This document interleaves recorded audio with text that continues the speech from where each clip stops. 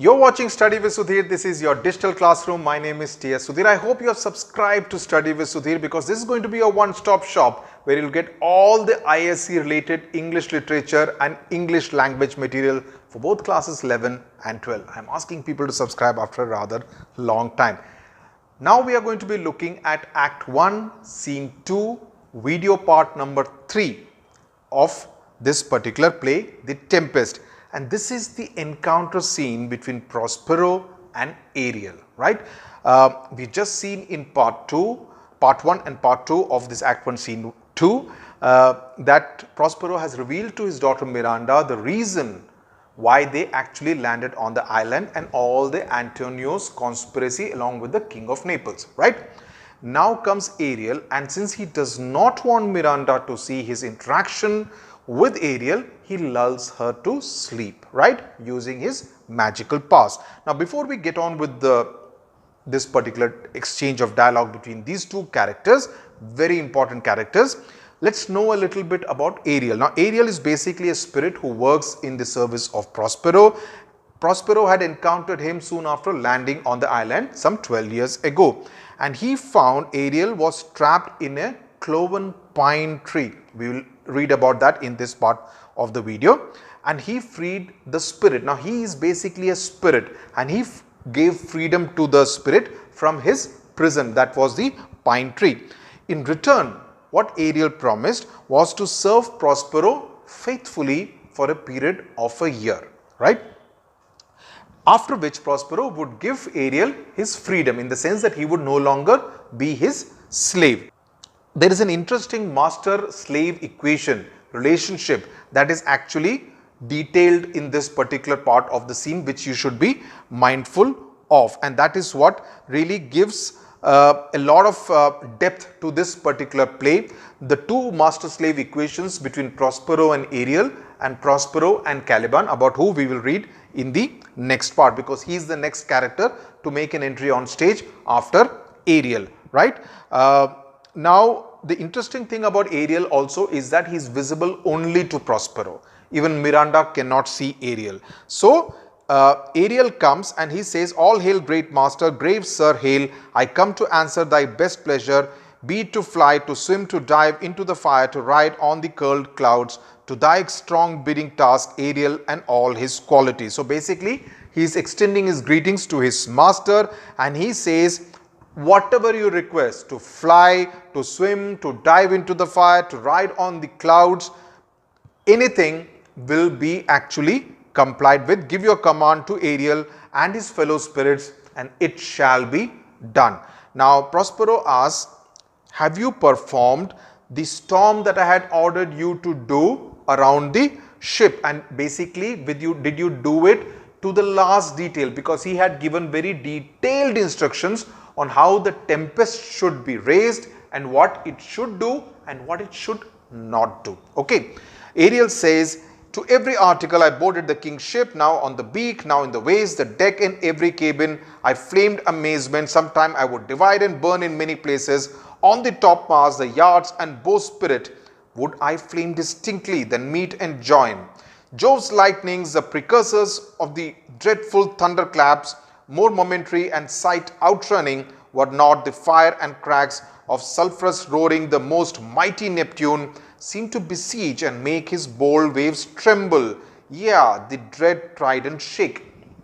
Now, this is a rather vivid description of what Ariel actually did. We saw firsthand of what was the impact on board the ship. Now we are getting to know from the person who was responsible for that storm on what he actually did. So we are getting both ends of the picture. So he says, I boarded the king's ship, king as in the King of Naples.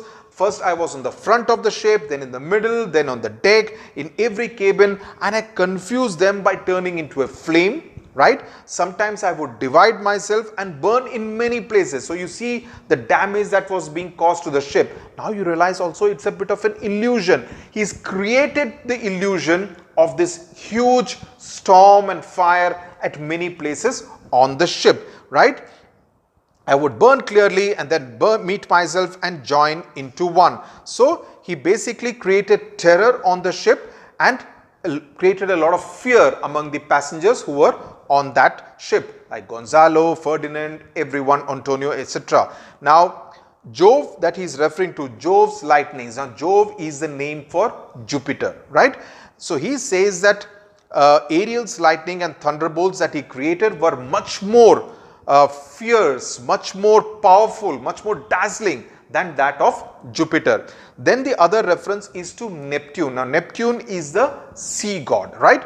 So, he says that like Neptune, he stirred the sea waves and he created such a terror on the sea waves that the trident of Neptune, you associate a trident like the Trishul of Lord Shiva of Neptune, even that seemed to shake because of the effect that was created by Ariel on the high seas. Prospero obviously very delighted with what Ariel had done, and he says, my brave spirit was so firm, so constant that this coil would not infect his reason. So he says that was there anyone who was not afraid, who was not scared, who was not terrified as a result of what you created on the high seas on the ship?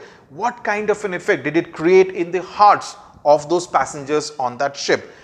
Ariel says not a soul. He basically says that there was not a single person who did not feel scared. Everyone felt terrified as a result of the impact that I created.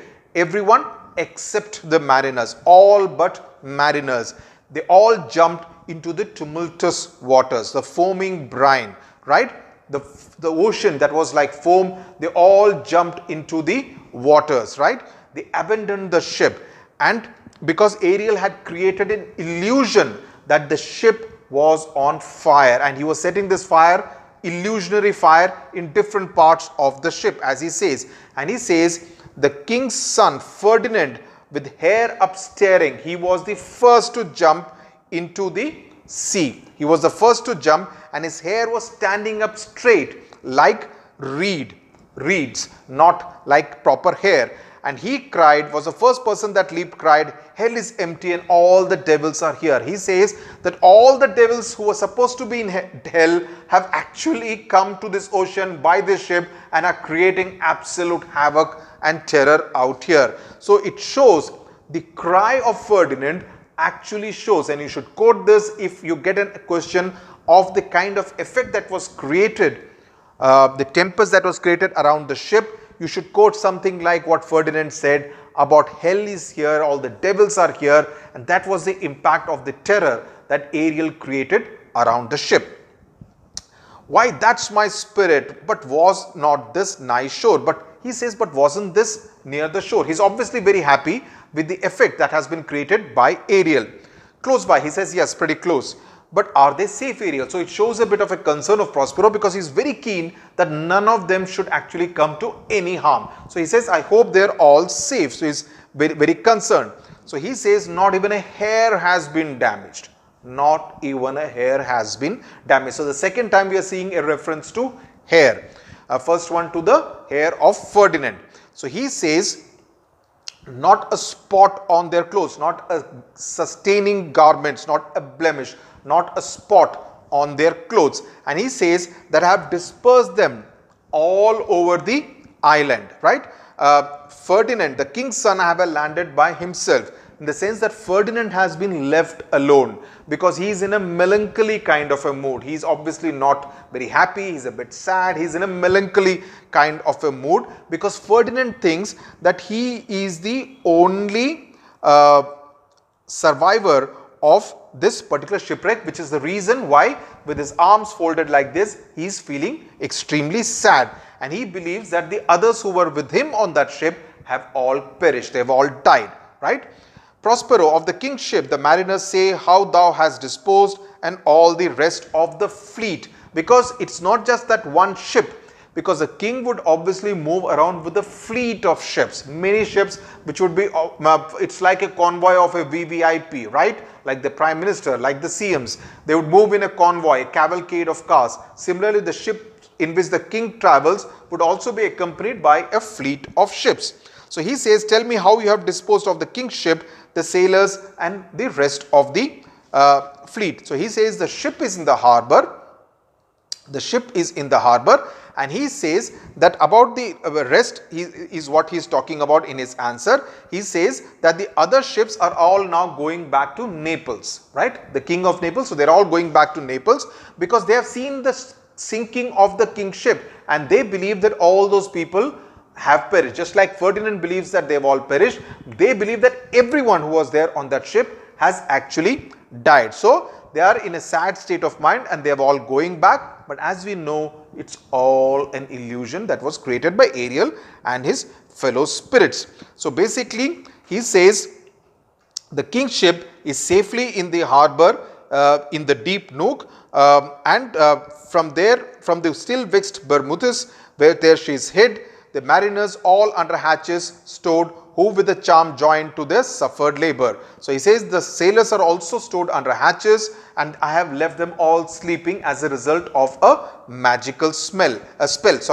I have left them asleep, and for the rest of the fleet which I dispersed, they have all met again, and they are on the Mediterranean float. Bound sadly home for Naples, supposing that they saw the king's ship wrecked and his great person perished. So that's as far as the rest of the fleet is concerned. Ariel, thy charge exactly is performed, but there is more work. What's the time of the day? So he says, great job, you have done the work just as I had asked you to do. So Prospero very happy with his slave. So he asks him the time of the day. He says it's past the mid-season, that is, it's past noon. At least 2 glasses, the time twixt 6 and now, between 6 and now, must by us must both be spent most preciously.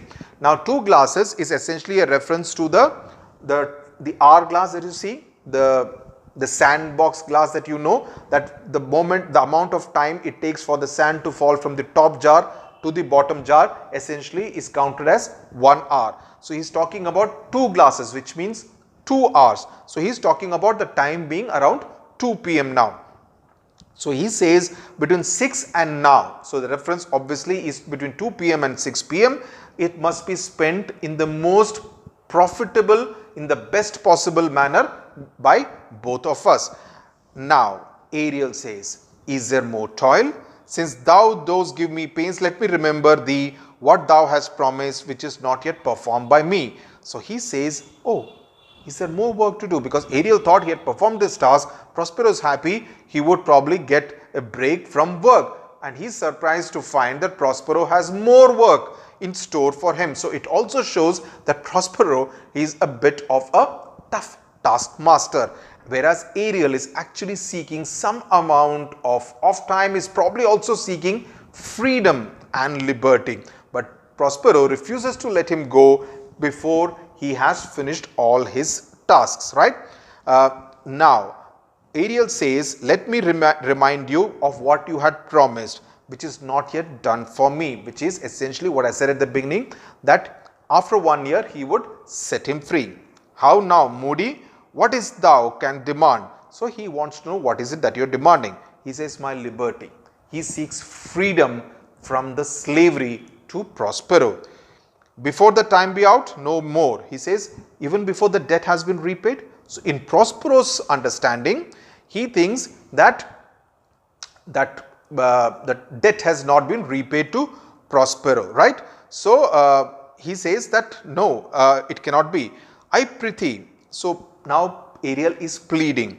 Remember, I have done thee worthy service, told thee no lies, made thee no mistakings, served without or grudge or grumblings. Thou didst promise to bait me a full year. So basically says that I have worked faithfully for you. I have not committed any mistakes like in this particular case. I have told you no lies and served without actually grumbling about it.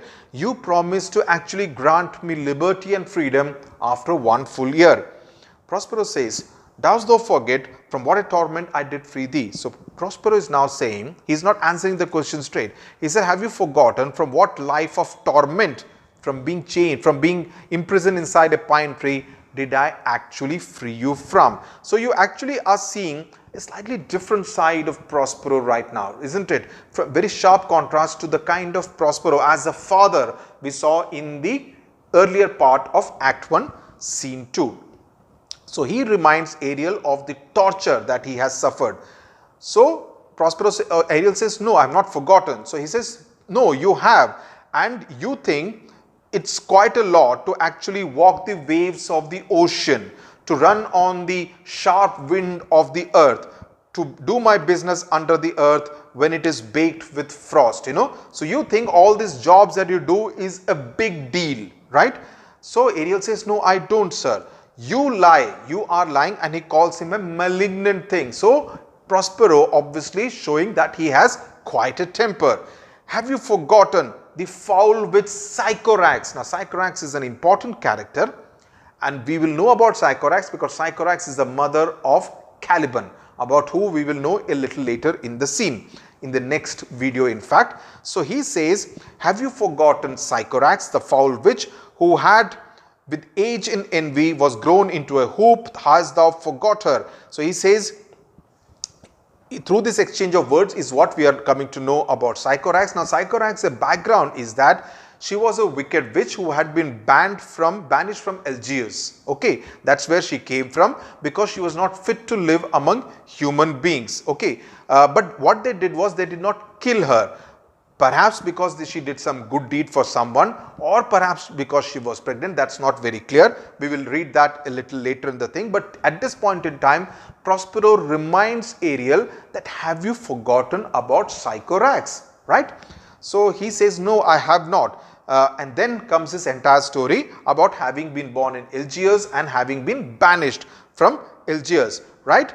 Now Sycorax was essentially a blue-eyed witch, and she was left on the island by sailors, and he says that you were her servant, she tortured you, right?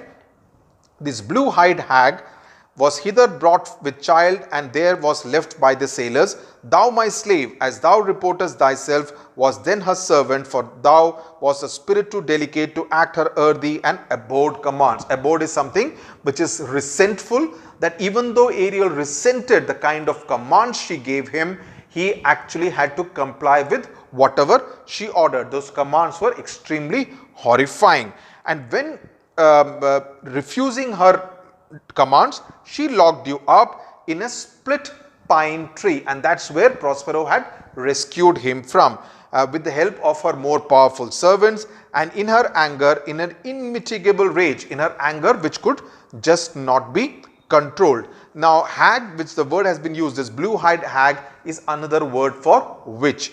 Into a cloven pine, within which rift imprisoned thou didst plainfully remain a dozen years, within which space she died. So she had been imprisoned for 12 long years, during which Sycorax died and left thee there. So there was nobody to kind of take him out of his prison inside the pine tree, where thou didst vent thy groans as fast as mill wheel strikes. So he says that there you were screaming and groaning, right, as fast as the wheels of a mill when they strike the stone, right? And then this was an island, except for the son that she had there, that is Caliban, the litter that she had there. The reference, now litter is again a reference to animals. Again, of course, Caliban is not a full human, so that's again a different kind of a word, not a very complimentary word, which has been used by Prospero. A freckled whelp hag born, a freckled pup born of a witch, not resembling any human shape. So this is the first description of Caliban, and when you're talking of Caliban, I would advise you, I would suggest you that you should use these phrases. A freckled whelp hag born, okay, is what the description of Caliban is given like. Yes, Caliban, her son, Ariel says. Now it's interesting to see that this long dialogue that Prospero is giving, almost shouting and screaming at Ariel, you see the manner in which Ariel is responding in almost monosyllables. He is giving single word or single sentence answers. Remember this, because this will be in sharp contrast to how Caliban will react when there is an exchange of sharp words between Prospero and Caliban, between Miranda and Caliban. So the contrast between the two slaves is again an important facet of the Tempest, which you should be aware of. Dull thing, I say so, he that Caliban, whom now I keep in service, thou best knowest what torment I did find thee in. Thy groans did make wolves howl and penetrate the breasts of ever angry bears. It was a torment to lay upon the damned which Sycorax could not again undo. It was mine art, when I arrived and heard thee, that made gape the pine and let thee out. This is an important piece of dialogue. So he is describing how, in what state Ariel was and what state did Prospero, with the result of his magic, actually manage to free him from. He says that Caliban is now my servant, and you know very well what torment I found you in, and your groans were so loud that it actually made wolves who were also on the island howl and penetrated the breasts of angry bears, right? So they also got very excited as a result of seeing these groans, right? They knew that there was someone trapped inside that pine tree, and it was a torment that should be laid on the damned, which Sycorax could not undo, because of course she also died, and in any case she could not leave, she did not get him out of that captivity. And it's only when Prospero arrived on that island and heard him, and it was as a result of his magic that opened up the pine tree and let out Ariel. I thank thee, master. Ariel, very submissive, thanks Prospero for what he had done several years ago. If thou more murmurest, that is, if you make any more complaints, if you complain any more, I will open an oak and put you inside and peg thee in his naughty entrails till thou hast howled away 12 winters. So he says, if you complain more, I will open up an oak tree and put you inside it for 12 more winters. That means 12 more years. So Prospero, a very different side of Prospero, is what is being revealed now when he is interacting with Ariel, right? Pardon, master, I will be correspondent to command and do my spiriting gently. So he says, my will is ready for your command. Whatever you command, I will actually abide by your orders, and I will do all the jobs in a very gentle manner. Do so, and after 2 days I will discharge thee. So he says, do that, and after 2 days I will free you. So now there is some hope for Ariel, that after 2 days, after he has finished his task, he will actually be set free by Prospero. That's my noble master. What shall I do? Say what I shall do. So he says, I am willing to do whatever you are asking me to do. He says, go make thyself like a nymph of the sea. Like a nymph is like a female spirit of the sea, and be subject to no sight except mine, right? And yours, of course. Invisible to every eyeball. That's what I said. No one else can see Ariel, right? Go take this shape and hither, come in, go hence with diligence. So he says, change into this water nymph and come here in an invisible manner with care. And we see later on, while he is talking to Caliban, Ariel will come in the form of this water nymph just to show to Prospero that he has complied with his order. So the most important aspect about this part of Act 1 Scene 2 is the master-servant relationship between Prospero and Ariel, and how you get an insight into Prospero's character and personality.